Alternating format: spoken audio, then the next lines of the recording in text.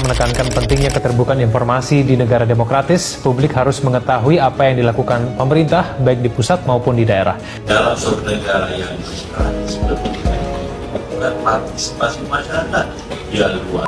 Bunyi dan visual hitam tadi sengaja kami tayangkan, menggaungkan peringatan darurat. Ya, darurat karena nasib pilkada disandra mereka yang mengaku wakil rakyat. Suara masif hari ini bukan tentang siapa mendukung siapa atau partai apa. Ini tentang rakyat yang berhak punya pilihan. Kita kawal bersama. Demokrasi berasal dari bahasa Yunani, yaitu demos yang artinya rakyat dan kratos yang artinya kekuasaan. Jadi, demokrasi adalah sistem pemerintahan di mana kekuasaan tertinggi berada di tangan rakyat. Contoh sederhana demokrasi adalah pemilihan umum, di mana masyarakat memilih pemimpin yang dianggap mampu. Indonesia adalah negara yang punya banyak keragaman, seperti bahasa, etnik, dan suku, mereka beragam-ragam. Nah, karena hal itu, menghargai adalah sesuatu yang terikat dalam keberagaman tersebut. Tapi, miris ribu miris, karena masa pemilu, saling menghargai tersebut langsung hilang begitu saja hanya karena kita berbeda pendapat dan berbeda pilihan. Ujaran kebencian dan hoax menjadi hal biasa di media sosial. Hal ini bisa menjadi penyebab hilangnya rasa menghargai. Benci dibalas benci, fitnah dibalas fitnah, bagai benang kusut yang tidak bisa dibenahi. Bahkan, yang tua saja tidak bisa memberikan contoh kepada yang muda. Demokrasi ditentukan oleh kita yang punya suara, bukan elit politik, bukan presiden ataupun aparat penegak hukum, tetapi kita yang punya suara. Kebebasan dalam berdemokrasi bukan hanya bebas dalam berbicara, Menyepelekan sopan santun yang tidak beradab, menyebarkan hoaks dan melebih-lebihkan fakta dengan omongan semata hanya untuk memenangkan pilihannya. Hendaknya kita berhati-hati dalam berbicara dengan data yang sebenarnya dan dengan fakta yang sebenar-benarnya. Seperti pohon yang dapat menjadi ribuan banyak korek api yang dapat digunakan untuk banyak hal. Namun, satu korek api dapat membakar segalanya.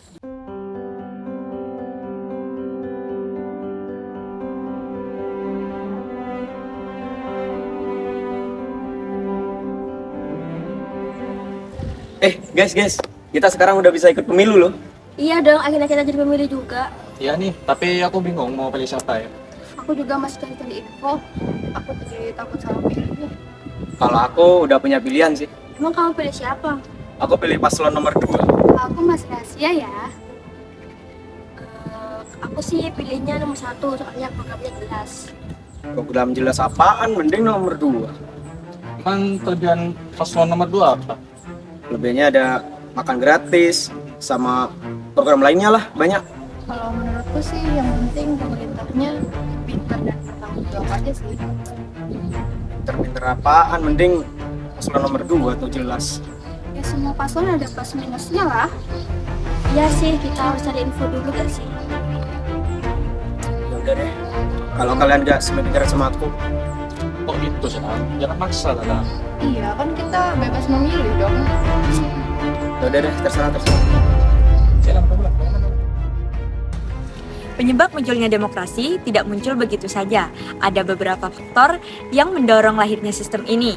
Antara lain, pertama, ketidakpuasan terhadap sistem pemerintahan otoriter atau absolut, di mana kekuasaan hanya dipegang oleh satu orang atau kelompok kecil. Yang kedua, meningkatnya kesadaran masyarakat akan hak-hak mereka, seperti hak untuk berpendapat dan memilih. Yang ketiga, perkembangan pendidikan dan informasi yang membuat masyarakat lebih kritis terhadap kebijakan pemerintah. Yang keempat, pengaruh globalisasi yang membawakan nilai-nilai demokrasi berbagai negara. Dampak demokrasi. Demokrasi memiliki dampak yang begitu luas, baik positif maupun negatif. Dampak positifnya antara lain, 1. Masyarakat memiliki kebebasan untuk menyampaikan pendapat.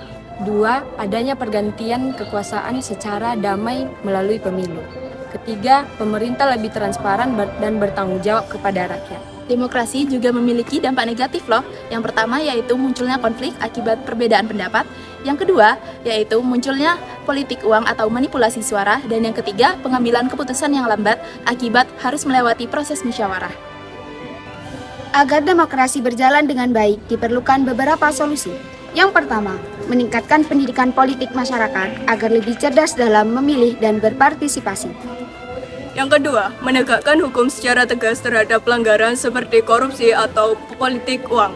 Yang ketiga, meningkatkan transparansi pemerintah agar masyarakat dapat mengawasi kebijakan yang sudah dibuat. Keempat, mendorong partisipasi aktif masyarakat tidak hanya saat pemilu, tetapi juga dalam kehidupan sehari-hari.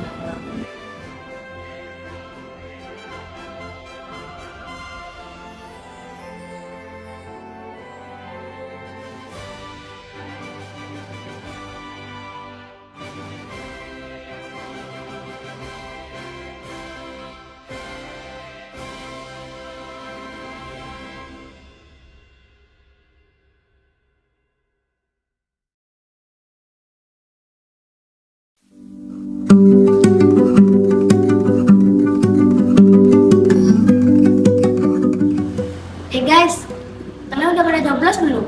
Aku sih udah tadi pagi. Udah, aku juga udah. Sama nih, akhirnya kita nyoblos juga ya. Iya. Tapi tetap ya, pilihan nomor 2 itu paling baik. Lah, kok gitu sih? Mau debat? Sini. Udah dong, jangan ribut-ribut gini. Iya, kenapa harus berdebat perkara beda pilihan doang? Iya, kita semua juga punya hak yang sama loh. Beda pilihan tuh wajar. Yang penting kita rukun. Betul gitu. Kita ini sebagai generasi muda yang harus kasih contoh yang baik. Walaupun beda pilihan, jangan sampai berantem ya. Nah, kita harus Ayo maaf, berdua. Maafin yang benar dong. Ayo yang benar. Ya, minta maaf. Ya, aku ngomongnya pakai emosi. Ya, aku juga sama ya. Nah gitu dong, kan kita enak nih damai gini. Ya, betul. Walaupun beda-beda pilihan, tapi bisa bertentang.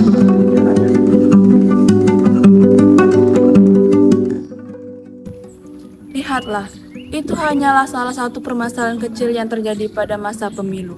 Lalu, bagaimana jadinya Indonesia? Harapan yang besar menjulang satu suara.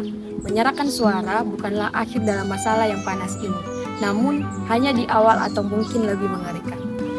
Stop bukan hal yang lebih baik untuk masa depan, tapi memang harus dihentikan dari sekarang. Pemilu menjadi jati diri bangsa, bagai cerminan sikap dan perilaku bangsa di negeri ini. Kalau bukan kita, siapa lagi dari generasi muda untuk Indonesia?